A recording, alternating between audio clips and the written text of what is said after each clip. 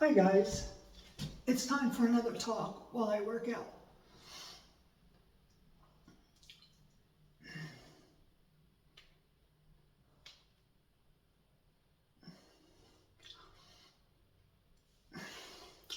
So this is about a question I get asked a lot, and I have a feeling a lot of people go through this that are trans. I started transitioning when I was in my 20s. It's a long story.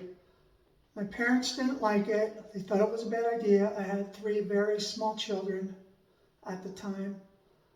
And honestly, they would have never known me as anybody but Nikki, because they were that little that they wouldn't have known me as my former self. Anyway, my parents did not like it, and I didn't want to upset my parents, so I stopped. I was totally depressed for a very long time, and I decided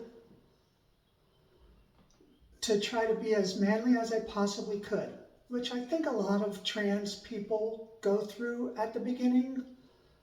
I don't know. But I did.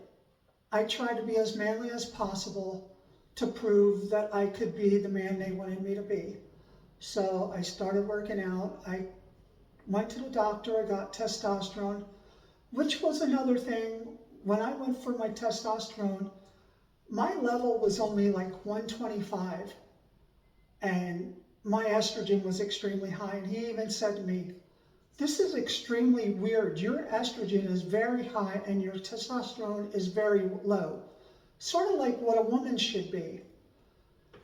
And I didn't say anything. I was like, yeah, that's why I want to raise it. So I started taking injections. And I only ever got it to like 305, 310, something like that with the shots. Never really got it that high. But anyway, I did get into bodybuilding, which I still love working out, I really do. And then with that, I actually became a male stripper for quite a few years. And the stories I could tell you about when I was a male stripper, it was insane. I was a male stripper for women, not at a gay club or anything, in male reviews. And nobody in the reviews knew that I was trans or gay or anything. So anyway, after all those years, and then after my parents passed away, my dad passed away in 2020, I believe, 2019, something like that.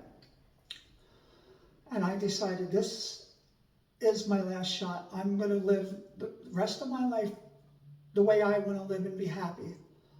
So I told my kids I was going to transition, and I just started doing it. And my life has been great ever since. I still do get depressed sometimes, that I couldn't have gone through this when I was younger, when I was good looking yet. You know, I was always tiny little skinny thing. And back then I looked like a girl without even trying to look like a girl. If you look on my Instagram, you'll see some pictures on there. But anyway, it has been the best thing ever. I love it, and I would not change it for anything. But anyway, the question was, if you knew you wanted to be a woman, why did you try to be a bodybuilder and a male stripper? And that's why.